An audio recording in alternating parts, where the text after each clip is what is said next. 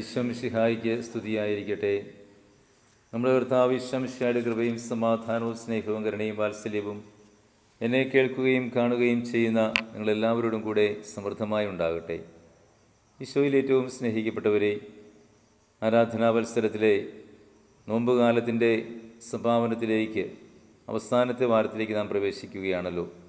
7-ാം വാരം, ഓശാന ഞായറാണ് ഈ ഞായർ. നമ്മുടെ കർത്താവായ ഈശോ മിശിഹ മഹത്വപൂർണനായ രാജാവായി ജെറുസലേം പ്രവേശനം നടത്തുന്നതിൻ്റെ ഓർമ്മയാണല്ലോ ഓശാന ഞായർ. അതിനെ അനുസ്മരിപ്പിക്കുന്ന സുവിശേഷ ഭാഗമാണ് നമ്മൾ വായിച്ച് കേൾക്കാൻ പോകുന്നത്. മത്തായിയുടെ സുവിശേഷം 21-ാം അധ്യായം 1 മുതൽ 17 വരെയുള്ള തിരുവചനങ്ങൾ. ഇതിന് 2 ഭാഗങ്ങളുണ്ട്. 1 മുതൽ 11 വരെയുള്ള ആദ്യത്തെ വാക്യങ്ങളും 12 മുതൽ 17 വരെയുള്ള രണ്ടാമത്തെ ഭാഗവും. രണ്ടും ഏതാണ്ട് ഒരേ ആശയങ്ങളല്ല പറയുന്നതെന്ന് തോന്നുന്നെങ്കിലും സമാനമായ 1-2 ചിന്തകൾ ഈ 2 ഭാഗങ്ങളും നമുക്ക് നൽകുന്നുണ്ട്. പ്രധാനമായും ഈ വചനം വായിക്കുമ്പോൾ കർത്താവിൻ്റെ ജെറൂസലേം പ്രവേശനം ആണ് വിവരിക്കുന്നത്. നമുക്കറിയാം, കർത്താവ് വരാനിരുന്ന രക്ഷകനാണ്. എല്ലാ ജനപദങ്ങളെയും രക്ഷയിലേക്ക് വഴി നയിക്കുവാൻ വേണ്ടി പിതാവ് അയച്ച പുത്രനായ മിശിഹായാണ്, രക്ഷകനായ ദൈവമാണ് എന്നൊക്കെ ഈ സുവിശേഷ ഭാഗം നമുക്ക് വെളിപ്പെടുത്തി തരുന്നുണ്ട്. അതിനെ പ്രബലമായി അടിസ്ഥാനമായി നമ്മൾ കാണുമ്പോഴാണ് ഈശോയുടെ രാജകീയമായ ജെറൂസലേം പ്രവേശനത്തെ നമ്മൾ വിലയിരുത്തേണ്ടത്.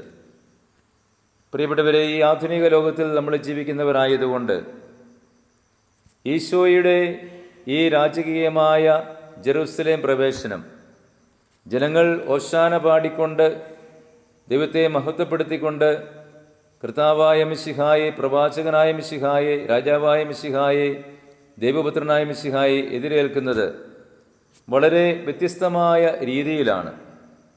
ഈശോ നിർദ്ദേശിച്ചതനുസരിച്ച് കഴുതയെ കൊണ്ടുവന്ന് അതിൻ്റെ പുറത്ത് വസ്ത്രം വിരിച്ച് അതിൻ്റെ മുകളിൽ കയറിയിരുന്നു കൊണ്ടാണ് ഈശോ രാജകീയമായ ജെറുസലേം പ്രവേശനം നടത്തുന്നത്.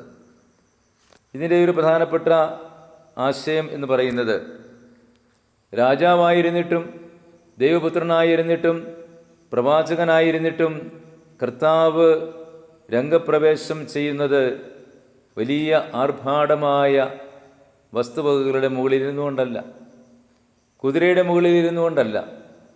ഇത് വലിയ ഒരു ആഘോഷമായിരുന്നുവെങ്കിലും, ആർഭാടമായിരുന്നുവെങ്കിലും വളരെ ലളിതമായ രീതിയിൽ ആർഭാടത്തെയും ആഘോഷത്തെയും ഒക്കെ കർത്താവ് ആചരിക്കുന്നതായി നമുക്ക് കാണാൻ കഴിയും.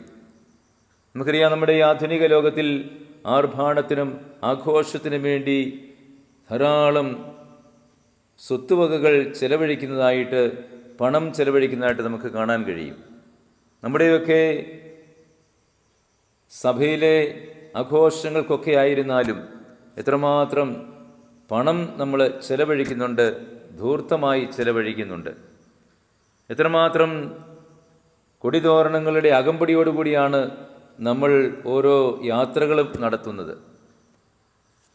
അവിടെയൊക്കെ നമ്മൾ മനസ്സിലാക്കേണ്ട ഒരു യാഥാർത്ഥ്യം, ദൈവപുത്രനായ മിശിഹ ആയിരുന്നിട്ടും, പ്രവാചകനായിരുന്നിട്ടും, അവിടുന്ന് രക്ഷകനായിരുന്നിട്ടുമൊക്കെ കർത്താവിൻ്റെ വിനയാന്വിതമായ ആ ഒരു രംഗപ്രവേശം, രാജകീയമായ രംഗപ്രവേശമാണെങ്കിലും അതെത്രയോ വിനയാന്വിതമായിരുന്നു, എത്രയോ താഴ്മയോടുകൂടിയായിരുന്നു.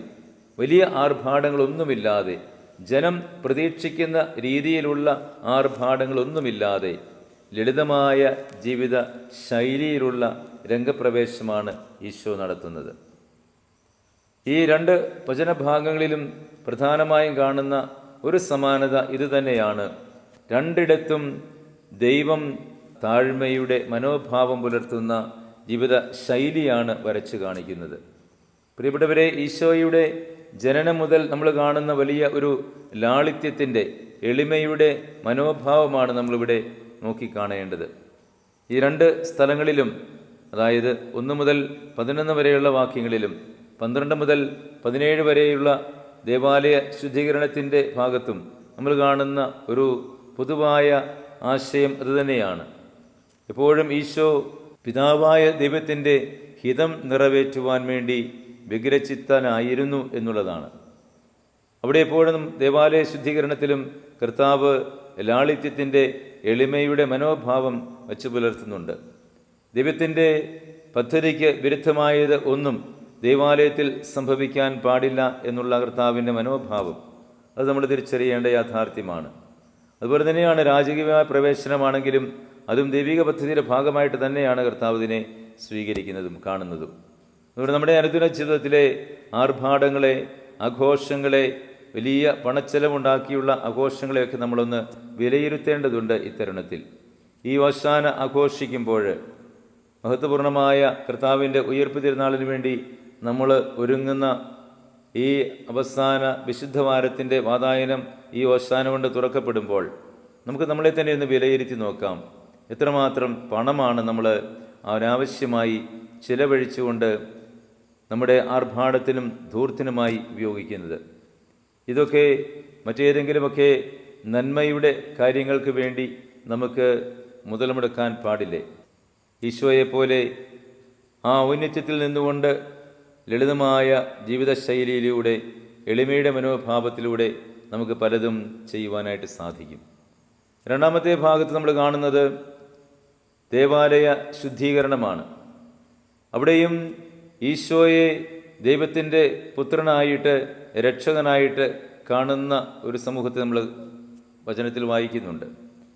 ഈശോ തൻ്റെ പിതാവിൻ്റെ ഭവനമായ ദേവാലയത്തെ കച്ചവടക്കാരുടെ ഗുഹയാക്കി മാറ്റിയവരോട് അവിടെ നിന്നും ഇറങ്ങിപ്പോകാൻ പറയുകയും അവരെ അടിച്ച് ഓടിക്കുകയുമാണ് ചെയ്യുന്നത്.